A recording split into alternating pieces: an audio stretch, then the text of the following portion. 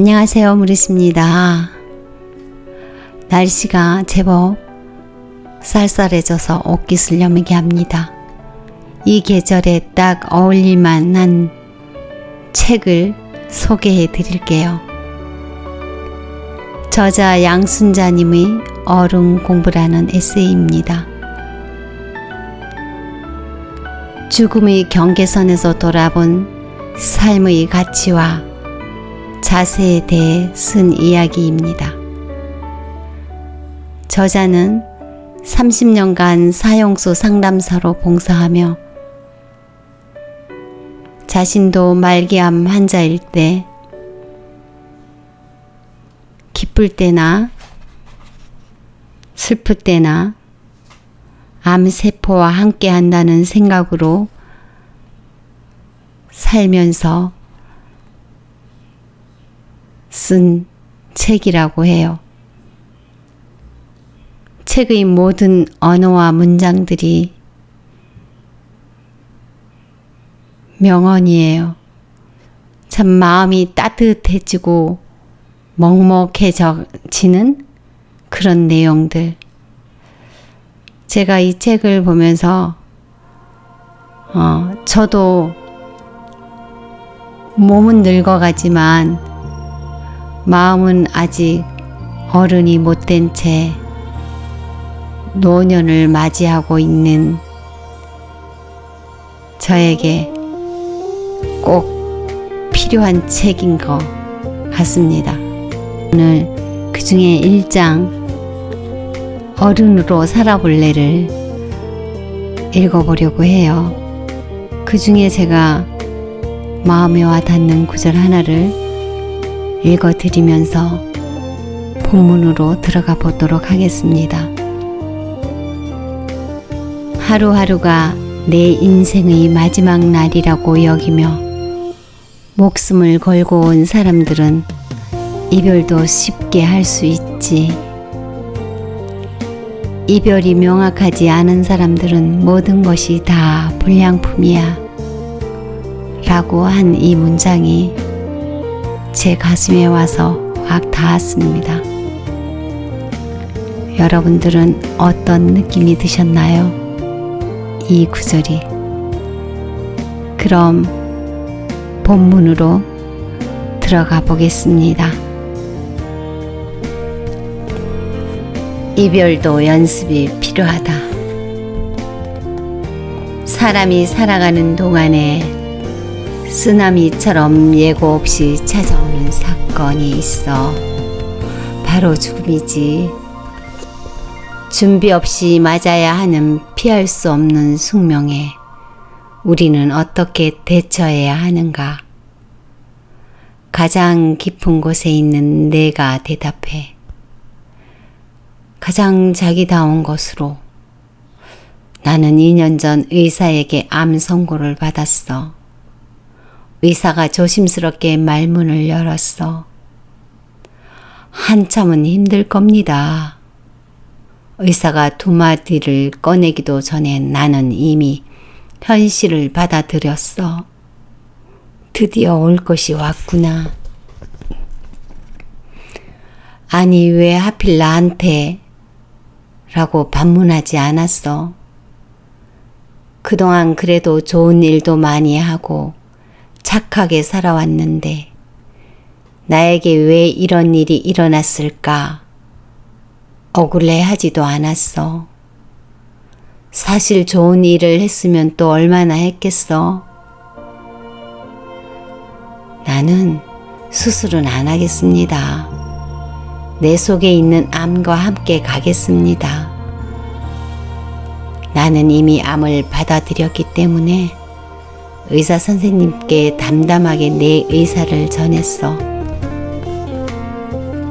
친구 말 맞다나 코딱지만 한 내 집 아침 저녁 쓸고 닦고 해서 다시 청소하러 갈 일도 없어.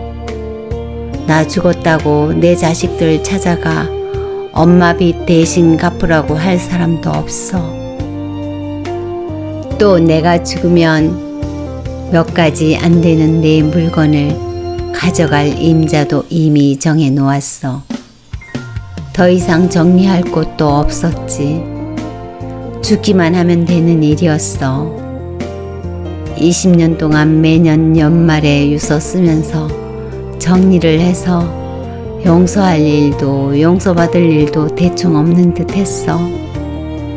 이렇게 정리 다 하고 갈 수 있는 복을 몇 명이나 누리겠어. 나는 30여 년 동안 집행장으로 가는 사형수들을 곁에서 지켜보았는데 각자 짊어지고 있는 짐 때문에 죽을 때조차 마음 편히 가지 못했어.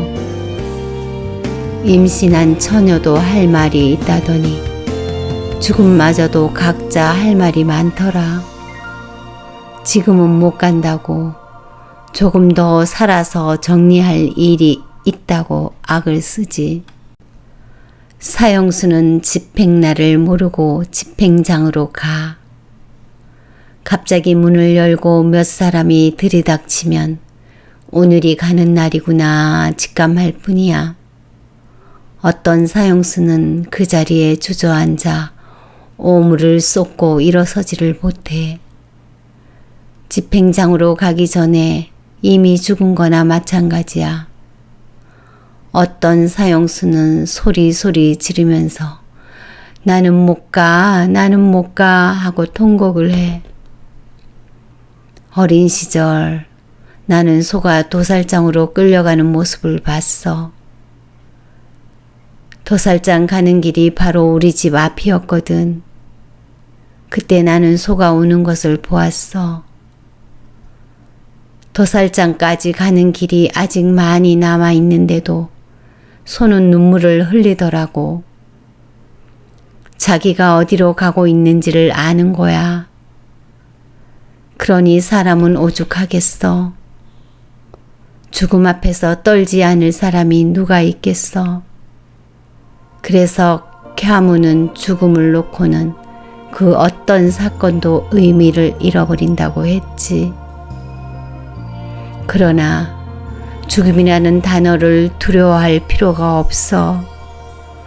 죽었다고 생각하고 한번 살아봐. 그러면 용서 못할 일도 없어. 싸울 일도 없고 속상해 할 일도 없어. 물건 살 때 하나 더 주면 기분 좋아지는 것처럼 나는 사형수들을 떠나보내면서 죽음이라는 단어 앞에서 의연해졌어. 돌이켜보면 이별 연습은 사형수들이 나에게 가르쳐주고 간 인생 공부야. 사형수들에게 일러준 대로 나도 가면 되는 거야. 어떻게 죽을 것인가를 생각해 두면 어떻게 살아야겠다가 환히 보여. 죽는 얘기라고 무작정 기분 나빠할 일이 아니야. 이런 마음가짐으로 살면 한 번도 가본 적 없는 세계로 가는 길이 불안하지 않아. 그냥 마포에서 일산으로 이사가는 것처럼 편안하게 받아들일 수 있어. 이사와서 보니 이 동네가 전에 살던 동네보다 더 좋네 하면 천당에 온 것이요. 전에 살던 동네보다 훨씬 나쁜 동네네 하면 지옥에 온 거야. 다른 마을로 이사 가는데 좋은 옷 입고 행복한 마음으로 가야 그 마을에서도 행복하게 살겠지. 스페인의 종군 사진 작가 로버트 카파는 1936년 스페인 내전에서 촬영한 병사의 죽음이라는 작품으로 유명해졌어. 또한 노르망디 상륙 작전이 성공할지 실패할지도 모르는 불확실한 상황에서 카파는 빗발치는 폭탄 속에서 느끼는 전율의 순간을 카메라에 담았어. 그의 사진을 보면 당시의 긴박함과 전쟁의 현장감을 생생하게 느낄 수 있어. 그의 최후의 작품은 인도 차이나전 다른 종군 사진 기자들이 머뭇거리는 사이에 카파는 과감하게 나가서 논에서 전투 중인 소대를 촬영했어. 다른 각도에서 군인들을 찍으려고 도랑을 오르다 대인 지뢰를 밟아서 왼쪽 다리가 잘려나가는 순간에도 한 손에 카메라를 꼭 쥐고 있었지. 그의 자서전에는 그날의 기록이 생생하게 담겨 있어. 그는 왼쪽 다리를 잘라야 한다는 선고를 받은 후 그날을 기다리면서 왼쪽 다리와 이별하는 연습을 했대. 매일 기도하면서 왼쪽 다리와 대화를 나눴어. 왼쪽 다리에게 사랑하고 미안하다고 하면서 차근차근 이별을 연습했다는 거야. 수술 하루 전날은 자신이 사랑하는 사람을 다 초대했어. 그리고 자기가 가장 좋아하는 간호사와 좋아하는 음악을 들으면서 밤이 새도록 춤을 추었어. 다음날 왼쪽 다리와 이별을 했어. 그 후 20년이 지났지만 단 한 번도 왼쪽 다리를 그리워하지 않았다고 해. 내가 살아야 할 이유를 찾아서 열심히 산 사람은 죽음에 의연할 뿐 아니라 이별도 잘해. 자꾸 뒤돌아보는 것은 거기에 나아지 못한 미련이 있어서야. 하루하루가 내 인생의 마지막 날이라고 여기며 목숨을 걸고 살아온 사람은 이별도 쉽게 할 수 있지. 이별이 명확하지 않은 사람은 모든 것이 다 불량품이야. 삶은 원래 힘들다. 엄살 떨지 마라. 37살 아직 젊은 나이에 나는 겁도 없이 서울구치소 사형수 담당을 자원했어. 내 삶이 너무 버거워 죽고 싶다는 생각밖에 없을 때 사형수들은 어떤 생각을 하면서 집행을 기다리고 있을까 알고 싶었지. 그러면서 시작한 세월이 어느새 30년이 넘었어. 사형수들과 긴 세월을 함께 하다 보니 안개에 옷 젖듯 나 자신이 사형수가 된 것 같은 착각 속에 행동할 때가 있어. 강의를 하러 조금 먼 길을 나설 때는 물론이고 잠깐 외출을 할 때도 나는 항상 집안을 깨끗이 정리해. 깔끔하게 정리해 놓고도 현관에 서서 한 번 더 집안을 둘러보곤 하지. 마치 다시 돌아오지 못할 마지막 길을 떠나는 사람처럼. 12월이 되면 내가 의식처럼 하는 일이 있어. 카드나 연하장을 보내는 대신 나 때문에 마음 상한 사람이 있는지 헤아려 보고 그 사람에게 편지를 써. 평상시에도 마음에 걸리는 일이 생기면 미루지 않고 바로 해결해 버리지. 마치 내일이 없는 사람처럼 그렇게 사는 거야. 사형수들은 언제 사형이 집행될지 모르기에 늘 오늘이 마지막이 아닐까 마음 졸이며 하루하루를 살아가지. 그래서 그들은 날마다 죽는 고통을 느껴. 죄는 짧은 순간에 저질렀지만 죄의 값은 길어. 2에서 3년, 길게는 6, 8년 동안 언제 죽을지 모른다는 두려움에 피가 마르는 고통을 느끼며 시들어가지. 그들이 그렇게 감옥 안에서 시들어가고 있을 때 가족들 역시 그와 똑같은 시간을 사는 거야. 그러다 어느 날 사형 집행을 당해 저 세상으로 가버리면 가족들도 함께 죽는 고통을 치르는 거라. 어느 사형수의 어머니는 그 고통을 이기지 못해 끝내 자살로 아들의 뒤를 따랐는가 하면 어느 어머니는 울다 지쳐 실명해 버리는 경우도 있어. 날마다 오늘이 집행날은 아닐까. 가슴 졸이다 떠나는 것이 사형수의 운명이지. 감옥 밖에 사는 우리는 영원히 살 것처럼 살다가 어느 날 갑자기 떠나고 사형수와 우리에게는 다만 그 차이가 있을 뿐이야. 결국 우리는 모두 사형수야. 오늘 이렇게 살아있으니 오늘이 있을 뿐이요. 내일은 와봐야 오는 것이지.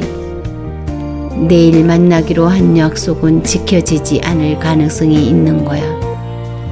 그러기에 나는 오늘 이 순간이 내 생애의 마지막이라고 생각하며 살려고 해. 나는 되도록이면 약속은 하루에 하나만 잡아. 바쁘다고 적당히 지나치면 반드시 후회가 남기 마련이거든. 어느 날 후배가 침통한 표정으로 언니 죽고 싶어요 라고 말하더라고. 뭐가 그렇게 힘들어서 죽고 싶으냐고 물었지. 듣고 보니 그것도 고민인가 싶은 거야. 어찌 보면 세상 모든 고민이 다 그래. 대부분 마음 한번 바꾸면 그냥 아무것도 아닌 일이 돼버리는 것을 고민이라 합시고 인상 쓰고 괴로워하고 있는 거거든. 걱정이나 고민도 습관이라 사람들은 자꾸 고민거리를 만들어내. 시간이 지나고 나서 생각하면 그때 내가 뭘 고민했나 생각도 안 나는 경우가 많지. 나는 후배가 실컷 얘기하도록 가만히 듣고만 있었어. 그러고는 이렇게 말했지. 이 언니가 내 고민을 풀어주마. 내게 몇 시간만 주라. 나는 그 애를 차에 태우고 금천 기독교 묘지로 갔어. 이 산 저 산 봉우리를 병풍처럼 두르고 바둑알 같은 무덤들이 쭉 자리 잡고 있는 곳이야. 늦게 출발해서 해는 이미 산허리를 넘어가 버린 뒤라 음산한 기운이 감돌더군. 금방이라도 뒤에서 뭔가가 걸어 나올 것만 같아 무섭더라고. 내가 상담하던 사형수 중에 8명이 여기 묻혀 있어. 돈이 넉넉하지 못해 짜투리 땅을 사서 묻어주었는데 살아생전 그이들 모습처럼 초라하고 쓸쓸해 보였어. 여기저기서 집사님 오셨어요? 하고 상담실에서 만난 것처럼 인사하는 듯 했어. 들국화꽃을 한 송이씩 묘 앞에 놔두고 나서 후배하고 나란히 사형수들 묘를 바라보면서 앉아 있었지. 정말 죽고 싶으면 죽어라. 내가 사형수들도 이렇게 묻어주었는데 너 하나 못 묻어주겠냐? 그러자 후배가 기겁을 하면서 내 손을 잡아 끄는 거야. 아이고 언니, 으슬으슬 막 몸이 아프네요. 다시는 그런 말 안 할 테니 어둡기 전에 빨리 서울로 갑시다. 나는 그 손을 붙들고 이렇게 말했어. 또다시 그런 배부른 소리 하면 안 된다. 앞으론 몇 번씩 뎁씹어 보고 말해라. 가슴에서 생각하고 나오는 말, 그런 말을 하자. 사람은 너무 쉽게 인생을 끝을 말하더라. 사형수들은 사형만 면해주면 죽는 그날까지 살과 뼈가 가루가 되도록 좋은 일만 하다가 가겠습니다 하고 간절하게 용서를 빌어. 그래도 집행장으로 가는 길밖에 없어. 우리는 살아있음을 감사하자. 나는 사형수들을 만나면서 무엇이 정말 괴롭고 고통스러운 것인지를 알게 되었어. 그러다 보니 어지간한 일로 괴롭다느니 힘들다느니 하는 말은 안 하게 되더라. 풀어서 풀릴 수 있는 것은 괴로움이 아니요. 참고 기다려서 해결되는 것이면 고통이 아니더라. 세상 살아가면서 곤란이 없기를 바라지 말자. 불교 경전인 보왕산매경을 보면 이런 말이 나와. 세상살이에 곤란이 없기를 바라지 마라. 세상살이에 곤란이 없으면 엽신여기는 마음과 사치한 마음이 생기나니 그래서 옛 성인이 말씀하시되 근심과 곤란으로서 세상을 살아가라 하셨느니라. 나는 처음에 이 문구를 보고 가슴이 철렁 내려앉았어. 그래, 내가 살면서 곤란이 없기를 바라고 있으니 이렇게 고통스럽고 불행하구나. 인생이랑 늘 해야 하는 숙제를 만나는 과정이구나. 나도 죽고 싶을 때가 있었어. 나한테만 왜 이런 곤란이 찾아오는지, 이렇게 힘들게 사는 게 무슨 의미가 있는지 도대체 알 수가 없었지. 이렇게 사느니 차라리 죽는 게 낫겠다. 그 생각뿐이었어.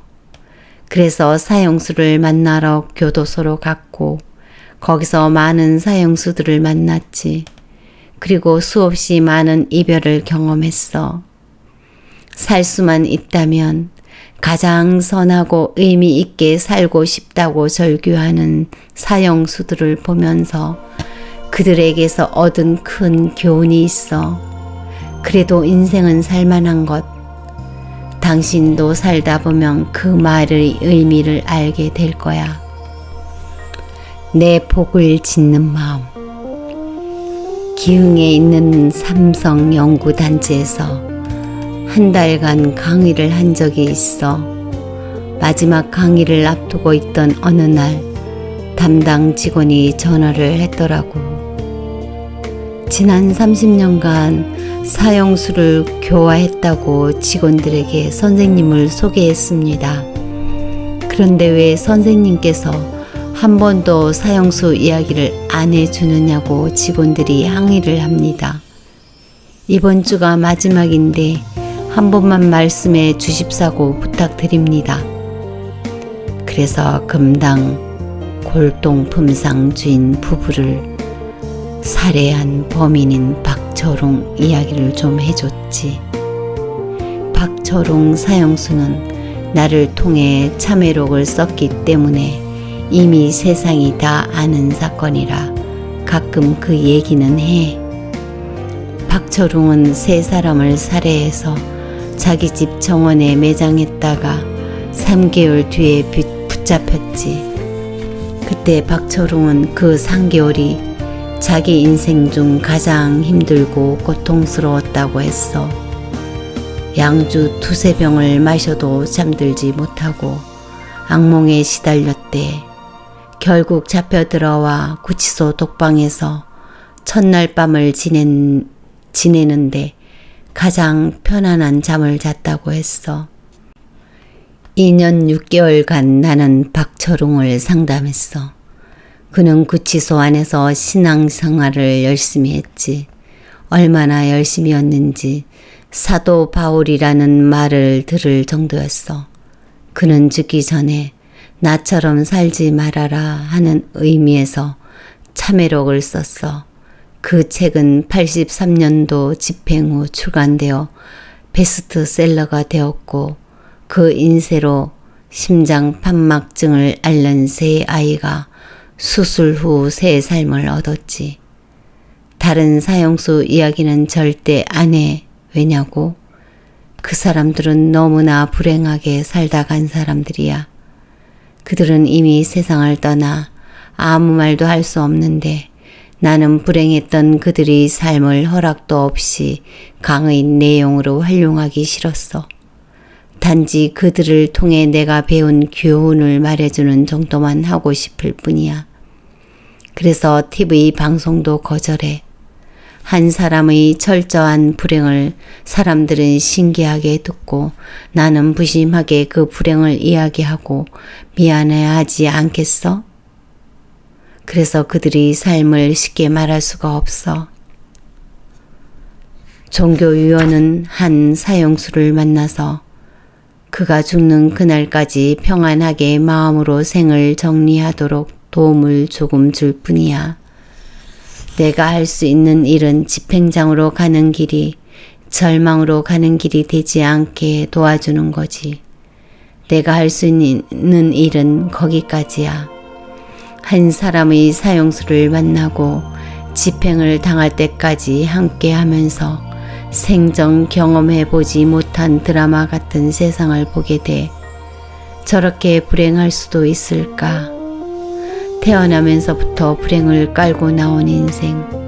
세상이 그 불쌍한 인생에 또 돌을 던져 온갖 멸시를 온몸으로 받아내면서 악해질 대로 악해지고 사나워지고 거칠어져 마치 사형대를 고린 지점으로 알고 달려온 사람들처럼 보여. 불행은 가정에서 시작돼. 성숙하지 못한 부모, 책임감이 무엇인지도 모르는 가정에서 보호받지 못한 생명들은 인생의 방향을 잡지 못하고 브레이크가 고장 나버린 거야. 너무나 불행한 그들을 보면서 가슴 아파 돌아설 수가 없지. 그러다 보니 대단한 도움도 주지 못하면서 오랜 세월을 그들 곁에 있었던 거야. 사람들은 내가 30년 동안 종교위원을 했다는 것을 알고 나서는 그동안 얼마나 많은 봉사를 했냐고 물어. 그것은 절대 잘못된 말이지. 그 시간은 봉사의 시간이라기보다는 배움의 시간이었어. 어디서도 배울 수 없는 인간 공부, 그리고 어떻게 살아야 하는지를 알게 해주는 인생 공부였었던 거야. 알고 보면 사형수는 우리 종교위원을 공부시켜주고 간 사람들이지. 요즘 사회봉사에 대한 관심이 많아졌는데 좋은 일이지. 관심만 가지고 사회에 봉사하는 길은 사방천지에 널려 있어. 그런데 교도소 봉사만큼은 섣불리 대들었다가 큰일 날 수 있어. 봉사사 중에는 어떻게 해서라도 종교를 통해 사형수를 바로 서게 할 욕심으로 헌신적으로 활동하는 분이 있어. 그러다 크게 상처를 받는 일이 자주 생기지. 재소자나 사형수는 파도도 없는데 저 혼자 허물어져 쌓아놓고 돌아서면 금방 쓰러져 버리는 모래성처럼 대개 교도소에서 출소한 사람을 도왔다고 하면 그 다음에는 그 사람이 확 변해서 딴 사람이 됐다 뭐 이런 감동적인 이야기를 기대하는데 그런 경우는 많지 않거든. 많지 않은 게 아니라 드물지. 내가 한번 도와줬다고 충고 한마디 해줬다고 그 사람이 바뀔 거라고 기대하는 거, 그거 오만한 거야. 욕심이라니까. 예수님, 부처님 말씀을 직접 들은 사람 중에서도 나쁜 짓 하는 사람이 있는데 우리가 뭐 그렇게 대단하다고 한 번에 사람이 바뀌기를 기대하느냐 말이야. 그런데 내가 뭔가 큰 변화를 이루어내겠다고 대들면 나만 다치게 되어 있어. 사람을 변화시키는 일은 쉬운 게 아니야. 나는 딸에게 신발을 반듯하게 벗어놓으라고 20년 넘게 가르쳤어. 그런데도 결국 그 습관 하나를 못 고치고 시집을 보냈어. 내가 낳아 기른 딸의 작은 버릇도 바꿔놓기 힘든데 사형수들이 생각을 바꾸는 일이 쉽겠어? 우리가 상상할 수도 없는 불행을 온몸으로 겪으면서 살아온 사람들이야. 잠시 도움을 좀 줬다고 금방 새 사람이 되기를 바란다는 건 아까도 말했지만 지나친 욕심이고 오만이지. 그러니 내가 사형수를 도운 것도 없고 나로 인해서 누가 새 사람이 되었다고 말할 수도 없어. 그냥 나는 응급조치만 조금 해준 거지. 그저 물에 빠진 사람 손 한 번 잡아주고 차도 한복판에서 울고 있는 아이 인도에 데려다 준 거야. 물에 빠진 사람 보따리까지 찾아주고 차도에서 우는 아이 부모까지 찾아주면 좋겠지만 끝이 어떻게 될지 그거 보겠다고 생각하는 사람들은 대체로 오래 못 가. 내가 남 좀 도와봤는데 안 되는 인간은 정말 안 된다는 둥, 사람이 정말 싫다는 둥, 그런 뒷소리나 하고 다니기 십상이지. 스님들은 공부할 때 집집마다 다니며 탁발하는 시간을 갖는다고 해. 탁발에 대해 잘 모르는 사람들은 스님이 동양하는 것으로 오해하기도 하지. 나 역시 그 의미를 알기 전에는 그렇게 생각했어. 그러다 우연한 기회에 한 스님에게 탁발의 의미를 듣게 되었어. 탁발은 나 자신을 조복하기 위한 공부입니다. 남 앞에 내가 낮아지는 자세를 배워야 내가 바로 설 수 있거든요. 스님이 되면 우선 탁발을 잘해야 한답니다. 우리가 좋은 일을 하면 복을 받을 텐데 좋은 일을 하고 싶어도 상대가 있어야 하는 것 아닙니까? 연말연시나 명절 무렵이면 고아원이나 양로원, 복지시설 등을 찾는 사람들이 많지. 그때 우리는 불우한 이들을 위해 봉사하고 물질적 도움을 좀 주었다고 뿌듯함을 느끼지. 그런데 스님 말씀대로라면 복을 짓게 해준 이들에게 고마워해야 하는 거야. 나눌 수 있는 기회를 준 그들에게 고마워해야 한다는 말이지. 살아가는 이유는 남이 만들어주지 않는다. 30년 전 무학지 아래 헌저동 101번지에 위치했던 서대문 형무소. 한많은 원원들이 지금도 살아있는 것만 같아 소름이 끼치는 곳. 죄 지은 사람이 교도소에 들어가기는 쉽지만 지은 죄도 없이 교도소에 들어가기는 어려워. 법무부 장관 위촉을 받아 종교위원이 되면 들어갈 수 있지. 교도소에서 봉사하고 싶다고 아무나 들어갈 수는 없는 거야. 종교단체를 통해서만 심사를 받을 수 있으며 까다로운 신원조회를 거쳐야 돼. 구치소에 종교위원을 두는 이유는 구치소 내에서 해야 하는 일이 많기 때문이야. 종교위원들은 교도소 직원들이 손길이 미치지 못하는 일을 해. 그 중에서 가장 중요한 일은 사형수를 위해 종교 상담을 해주는 거야. 서울 구치소에는 사형수가 많이 있어. 사형 선고를 받고 나면 정신적으로 평안할 수가 없어. 잠을 자면서도 사형수는 악몽에 시달려. 그야말로 피를 말리는 고통 속에서 하루하루를 사는 것이지. 언제 찾아올지 모르는 집행일을 두려워하면서 그러다 보니 극심한 스트레스로 인해 사고도 치고 자해도 해서 직원들을 항상 긴장하게 만들어. 종교위원은 매주 정해진 날에 찾아가서 사형수를 면담하고 신앙 상담과 함께 위로하는 시간을 가져 힘든 시간을 견딜 수 있도록 자유롭게 대화를 나누고 예배도 함께 봐. 불안하고 고통스러워 잠 못 이루는 사형수를 형제처럼 다독거리면서 한 명의 사형수와 2, 3년을 함께 보내. 구치소가 의왕시로 이전되기 전 헌저동에서는 1년에 한 번은 연말에 꼭 집행을 했어. 물론 현재 우리나라는 사형 집행 정지 국가라 15년째 사형 집행은 안 하고 있지. 어느 날 구치소에서 어느 사형수에 대해 형 집행을 했다는 연락이 와. 한달음에 구치소로 달려가 보면 안타깝게도 가족이 안 오는 경우도 많이 있어. 사실 사형수가 되는 그날로 가족이 해체되는 경우가 대부분이야. 가족이 오지 않으면 종교위원이 도맡아서 장례를 치르지. 설령 가족들이 와도 할 수 있는 것이 없다 보니 종교위원이 많은 부분을 처리해. 간혹 사형수가 세상을 떠나면서 종교위원에게 또 다른 짐을 하나 남기는 경우가 있어. 사형수는 자기가 죽으면 돌봐줄 사람 하나 없이 남게 될 아이들과 노모 걱정을 많이 해. 어느 사형수는 노모에게 두 아들을 짐으로 남겨놓고 가는 것을 가장 힘들어했지.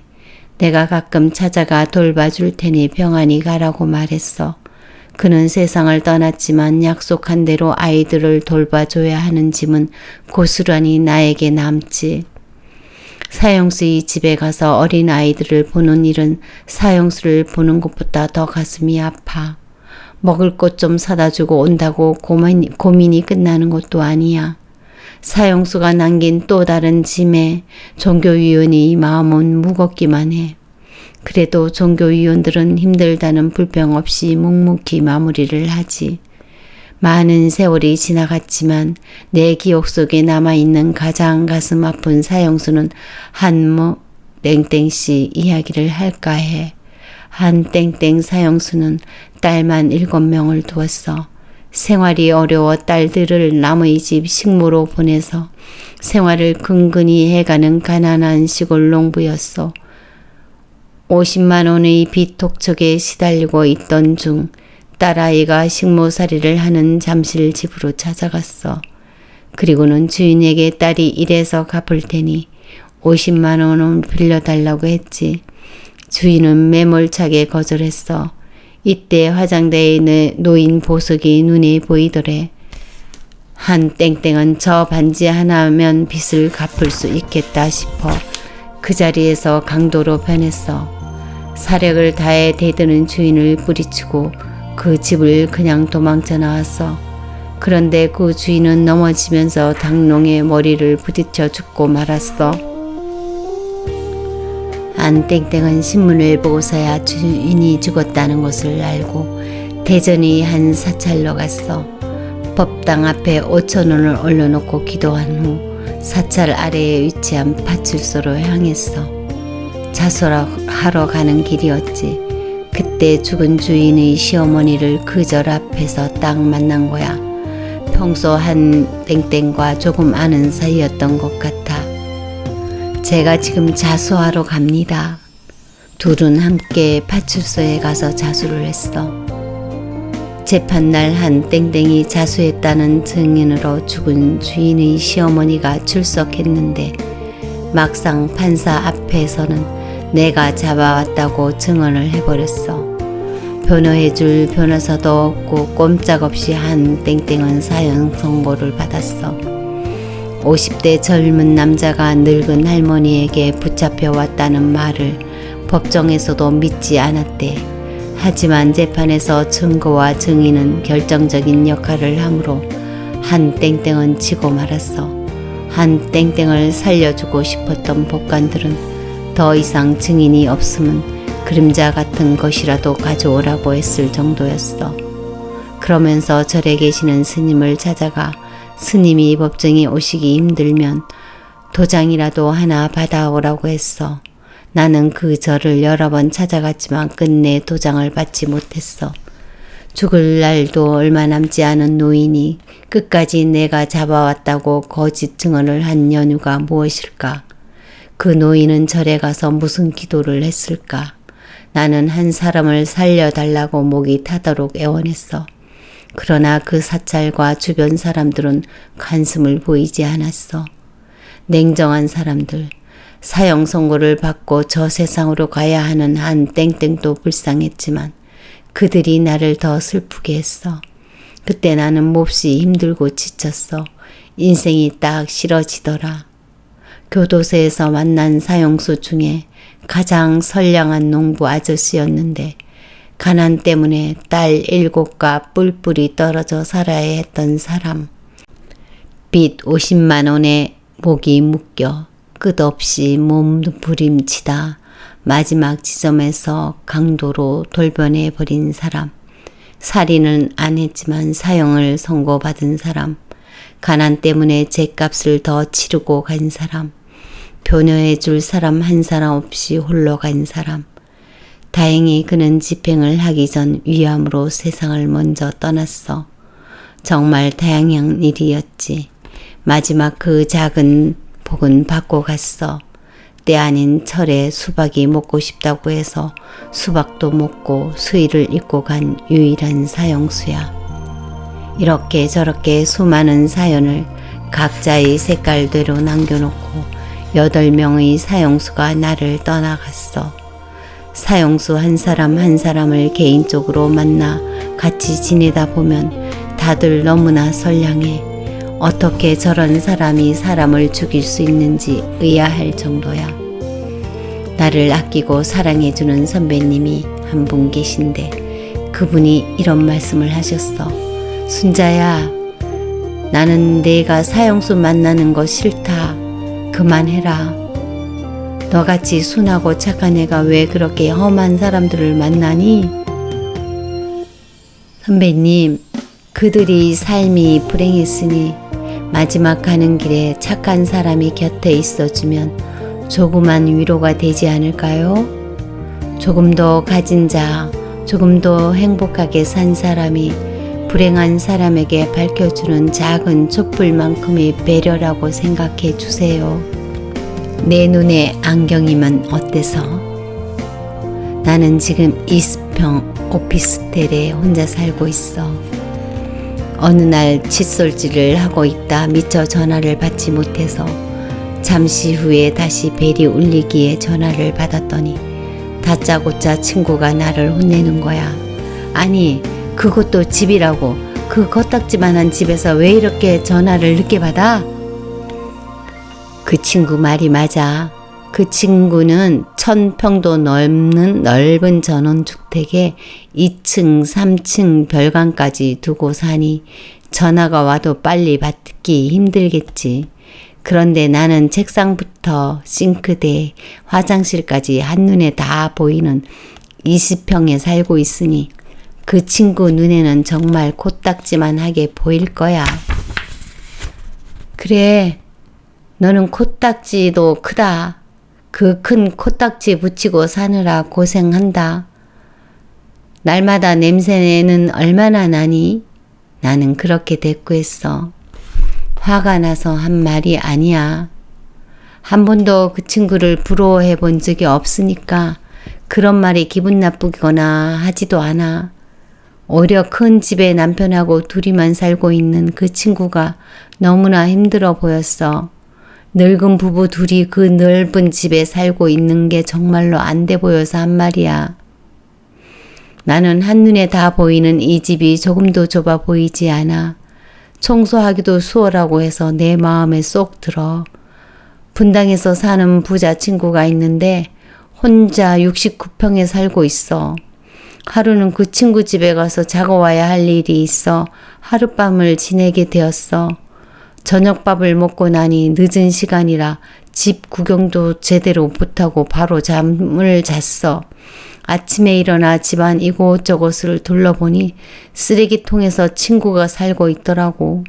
머리카락이 목욕탕 하수구를 막을 듯 쌓여 있고 싱크대는 과장 조금 더해서 10년은 안 닦은 것 같았어. 거실만 좀 정리가 돼 있어. 앞으로는 산이 보이고 뒤로 봐도 경치가 천국인데 집구석 안은 쓰레기통, 하룻밤 묵은 값으로 화장실부터 싱크대까지 닦아주느라 4시간을 중노동을 했어. 여간비 치고는 정말 비싸게 먹힌 거지. 집에 들어와 그대로 뻗어버렸어. 다시는 안 가고 싶은 집. 감당할 수 있는 만큼 갖고 살면 안 될까? 서울에서 일산으로 이사를 할 때 집에 대한 내 철학이 있었어. 남의 도움 없이 나 스스로 감당할 수 있는 공간. 절대 필요한 것만 갖고 살기. 많은 것을 갖고 있으면 정신이 혼미해져. 공간이 좁으면 아침 저녁 청소를 해도 힘이 안 들어. 전기가 갑자기 나가도 무엇을 찾는데 어려움이 없어. 조금 답답하다 싶으면 내 집 같은 호수공원에 가면 돼. 마음을 따라가는 계산법. 내 친구들은 모두 나보다 나이가 한두 살 아래야. 나는 8살까지 말을 제대로 못해서 초등학교를 9살에 들어갔어. 우리 집에 찾아오는 손님들은 동네 사람들에게 벙어리 딸이 하나 있는 집이 어디냐고 물어서 왔어. 어머니는 40살에 늦둥이로 얻은 딸이 벙어리처럼 말을 안 하니 고민이 이만저만이 아니었겠지. 당시 우리 집은 철저한 유교 집안이어서 예수를 믿는 것이 절대 금물이었어. 그런데 오죽했으면 교회 유치원에 나를 보냈을까. 남들은 학교에 가는 나이에 나는 유치원에 입학한 거야. 식구들은 어릴 때부터 나를 좀 부족한 아이로 인정한 듯 했어. 이웃들은 나를 벙어리라고 불렀고 그런 내가 그동안 얼마나 똑똑하게 살았겠어. 거친 세상의 파도 속에서 계속 물 먹으면서 바보처럼 70평생을 살아온 거지. 19년이나 탄 차를 폐차시킬 때야 비로소 롱라이터 켜는 법을 알게 되었어. 하루는 19년을 탄 차번호를 몰라 보험회사에 전화를 걸어 물어본 일이 있어. 내가 생각해도 너무 어이가 없었어. 그 뒤로는 수첩에 차번호를 써놓고 다녀. 나도 모르겠어. 차번호는 도무지 외워지지가 않아. 새로 집을 사놓고는 그 집을 못 찾아서 복덕방에 2번이나 가서 물어서 찾아간 적도 있어. 복덕방 아저씨가 한 번만 더 찾아오면 집 안 준다고 으름장을 놓더라고. 자기 집인가? 예전에 소교동에서 선배 한 분을 모시고 워커힐에 가는 일이 많았어. 나는 늘 강변으로 갔지. 하루는 그 똑똑한 선배님이 이러는 거야.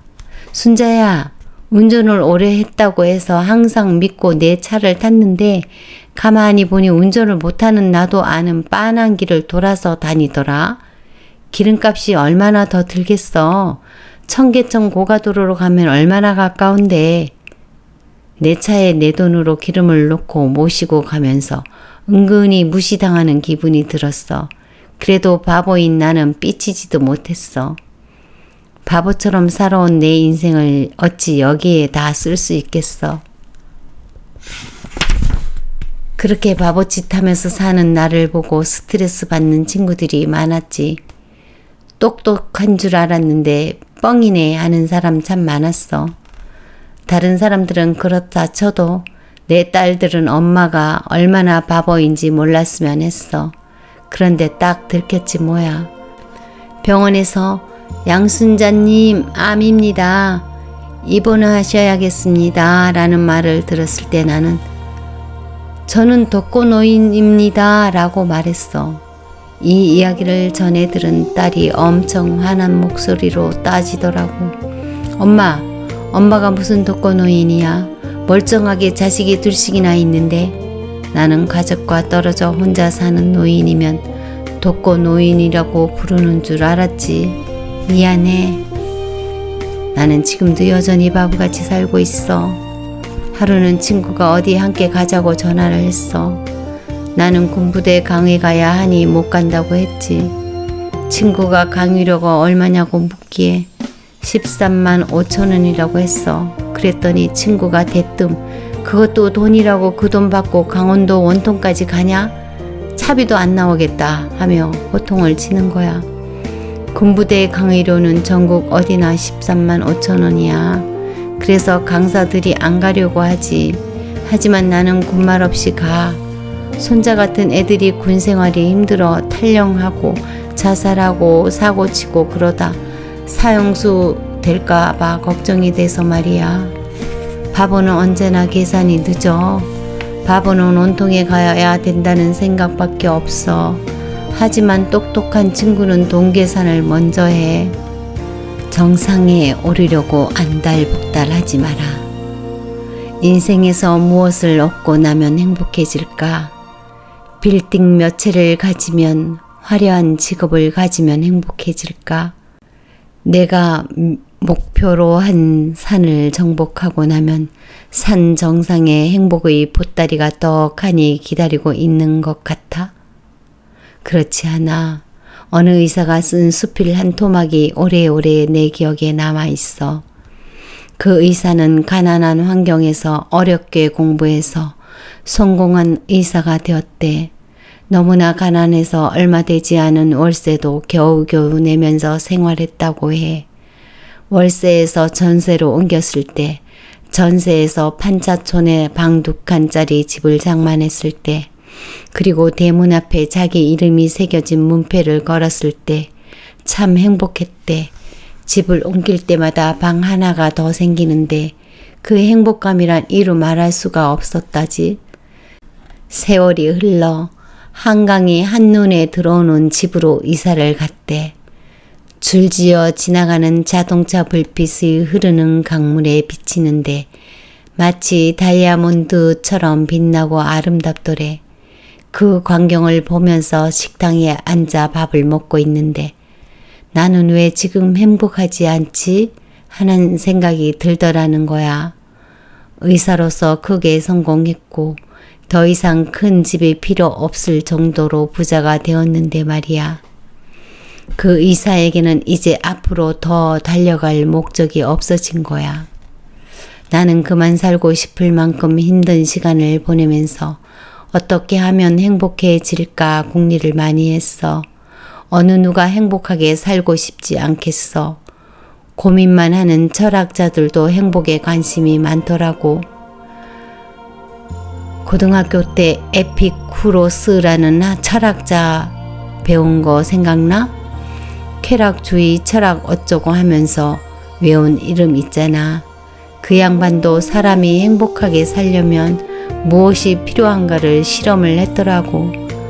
그 양반 결론인즉 들어가 누울 집이 있고 새끼가 해결되면 돈이 더 많다고 더 행복해지는 건 아니더라는군. 그렇다면 행복의 조건은 뭐야? 우리도 이미 다 알고 있는 거야. 우정, 사랑, 나눔. 그런데 그 중요한 것을 자꾸 잃어버린다는 게 문제야. 죽을 때가 돼야 내가 잘못했구나 후회하잖아. 호스피스는 죽음을 눈앞에 둔 말기암 환자들이 편안하게 임종을 맞이할 수 있도록 돕는 활동을 해. 호스피스 활동을 하는 분들이 하는 얘기를 들어보면 한결같더라고.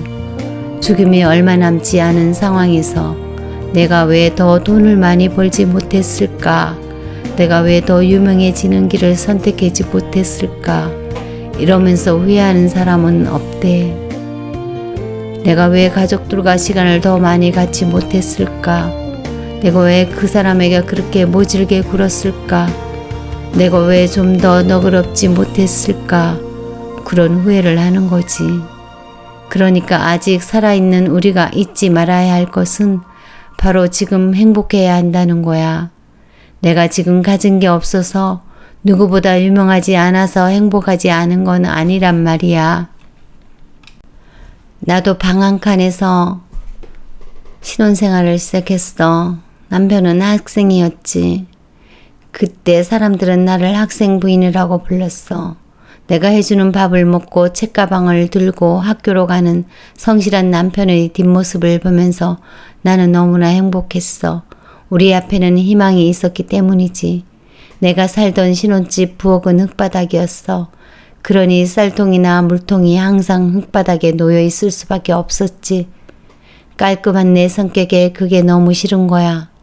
어느 날 근처 공원에 갔다가 오는 길에 공사장에서 납작한 돌 하나를 주워왔지. 깨끗이 씻어 쌀통 밑에 놓고 나니 어찌나 딱 맞는지 그 흙바닥 부엌에 자꾸 들어가고 싶은 거야. 손바닥만한 흙바닥 부엌에 버려진 돌 하나 주워왔는데 뭐가 그리 좋았는지. 시시각각 약해지고 강해지는 철없는 아내의 마음을 잡아준 것은 대단한 것이 아니라 아주 작은 것이었어. 학교에 가는 남편의 뒷모습을 보면서 나는 매일 체면을 걸었어. 당신은 꼭 성공을 할 거야. 지금 생각해보면 정말 힘든 시간이었지. 일요일도 학교 축제도 상관없이 하루도 쉬지 않고 학교 도서관으로만 가는 학생 남편은 집에 돌아오면 씻고 식사한 후 곧바로 책상에 앉아 늦은 밤까지 공부만 했어. 나는 공부에 방해가 될까봐 칭얼대는 그네를 안고 밖으로 나와 하늘의 별을 수도 없이 세웠지. 신기하게도 그때는 더워도 덥지 않았고 추워도 춥지 않았어. 희망을 기다리면서 그 희망의 고지를 믿고 있을 때는 이 세상 어느 곳도 그 믿음을 허물지 못해. 그때 그 시간을 견뎌냈던 것은 희망이 있었기 때문이지. 훗날 남편은 노력한 만큼 좋은 직장에서 최고 대접을 받으면서 살았어. 어느 날 어떤 기자가 물었어. 지금까지 살아오면서 언제가 가장 행복했냐고. 그때 나는 머뭇거림 없이 대답했지. 기사가 운전하는 차를 타고 출근하는 남편의 뒷모습보다 책가방을 들고 나가던 그때 그 뒷모습이 더 행복했어. 행복은 결과가 아니야. 결과를 기다리는 시간 속에 묻어있는 조그만 열기. 22년간 한결같이 똑같은 소리를 하는 친구가 있었어. 그 친구는 항상 자기 남편은 일이 잘 풀릴 거라고 말해. 벌써 22년이 흘렸는데도 그 남편은 예전 그대로야. 이제 80을 향해 가는데도 여전히 자기 남편은 꼭 된다고 이야기하더라고. 그 친구 얼굴은 어둡지거나 우울하지 않아. 잘 웃고 멋쟁이지. 긍정적인 말이라 그런지 22년을 같은 말을 들어도 그 소리가 믿지 않더라고. 그 친구는 남편이 잘 될 거라는 믿음을 무덤까지도 갖고 갈 것 같아. 며칠 전에 우연히 전철에서 만났는데 남편하고 나란히 앉아있는 모습이 아주 행복해 보였어. 나는 친구와 헤어지면서 속으로 말했지. 친구야, 너는 행복한 사람이다. 내 남편이 잘 돼서 내가 행복해지는 게 아니라 된다고 믿으면서 즐겁게 살고 있는 지금이 행복한 것이다. 정상은 안 쳐다보고 희망을 향해 계속 가고 있는 친구가 참 보기 좋았어. 행복은 바로 그런 것. 어른도 고물고물 혼자 잘 놀아야 예쁘다. 어떤 아이는 비싼 장난감이 없어도 보채는 일 없이 혼자서 고물고물 잘 놀아. 어떤 아이는 산더미같이 쌓인 장난감 속에서도 보채고 칭얼거리며 저 혼자 노는 일이 없어서 엄마를 힘들게 해. 아이나 어른이나 마찬가지야. 어른이 돼도 혼자 못 놀고 다른 사람에게 지나치게 의지하는 사람들이 있어. 예전에 우리 집에 아침 9시면 하루도 거르지 않고 잘못 걸린 전화가 왔어. 전화 음성으로 추측해보면 내 나이쯤 되어 보이는 할머니가 다짜고짜 이렇게 말해. 미경이냐? 처음에는 잘못 온 전화니 하고 무심하게 끊었다가 나중에는 사연이 궁금해졌어. 실례지만 미경이는 누구고 전화 거시는 분은 몇 살이나 드셨습니까? 상대는 내 질문을 기분 나빠하지 않고 고분고분 대답을 해주었어. 나이는 나보다 5살 아래고 미경이는 그이의 딸이래. 그런데 이 시간에 꼭 전화를 해야 할 일이 있으시냐고 물었어. 남편은? 애들은? 다 밥 먹여 학교 직장 보냈냐? 너는 밥 먹었냐? 오늘은 뭐하냐? 이렇게 아침마다 안부 묻는 전화를 한다는 거야. 그래서 내가 오지랖 넓게 참견을 했지. 할머니, 내가 5살이고 나도 시집 보낸 딸이 있어요. 우리 엄마들도 자존심 좀 지키고 삽시다. 우리가 해주는 걱정이 도리어 그네들에게는 스트레스가 된답니다. 우리가 먼저 전화하지 말고 그쪽에서 걸려올 때 받기만 합시다. 나이 들수록 할 일이 없어지니 궁금한 것, 알고 싶은 것이 얼마나 많겠어. 옆에 끼고 살아도 걱정이 되는 것이 자식인데 자주 못 만나니 얼마나 궁금하겠어. 몇십 년간 알뜰살뜰 키워 시집장가 보내고 나면 마음이 텅 빈 것처럼 허전하고 그렇지. 그렇다고 평생 같이 살 수도 없는 일이고 그래서도 안 되지. 자식이 성인이 되면 훨훨 떠나 보내줘야 돼. 나이 든 부모가 보채지 않고 혼자 고물고물 잘 살아주는 것이 자식을 위하는 일이야. 자식에게서 해방되지 않으면 죽음의 문턱도 넘기 어려워. 그런데 이게 말처럼 쉽지가 않아. 자식에게서 해방되는 공부를 해야 해. 오래전에 읽은 셰익스피어의 책 중에 노인은 젊은이가 묻기 전에 말하지 말아라는 구절이 있었어. 내 가슴에 팍 와 닿는 거야. 그 후 한 번도 이 말을 소홀하게 생각해 본 일이 없어. 나는 책이나 누구에게 들은 말 중에 이 말은 내가 죽을 때까지 갖고 가고 싶다는 구절을 만나면 확실하게 내 것으로 만들어. 궁금한 것 못 참고 꼭 확인을 해야 하는 사람은 남도 피곤하게 하지만 무엇보다 자신이 피곤해. 이런 사람은 혼자 놀 수가 없어. 몸은 옛날 같지 않지만 마지막 남은 힘을 다 써서 혼자서 할 수 있는 것은 끝까지 하고 싶어. 자식들에게는 결정적인 순간에 SOS를 보내야지 자식들에게 남에게 보여주기 위해서 사는 삶이 아니라 주어진 남은 기력의 카드를 잔고 없이 다 쓰고 가고 싶은 거야. 젊은 사람들 앞에서 고집 부리지 말고 알아도 모르는 척 그 애들 이야기 먼저 들어주고 잘못한 건 눈에 들어와도 나 어릴 적 필름 돌려보면서 꾹 참고 배가 산으로만 가지 않는다면 헤매고 방황해도 가만히 지켜보는 노인이고 싶어. 노인은 웃어도 밉다는데 나는 안 웃어도 예쁜 노인이고 싶어. 이렇게 일장 어른으로 살아볼래를 읽었습니다. 혹시 이 책에 대해서 궁금한 거나 있으면 댓글 남겨주세요. 고맙습니다. 다음에는 2장 읽어 드리도록 하겠습니다. 사람 부자가 옹골진 부자다 입니다. 2장 기대해 주세요.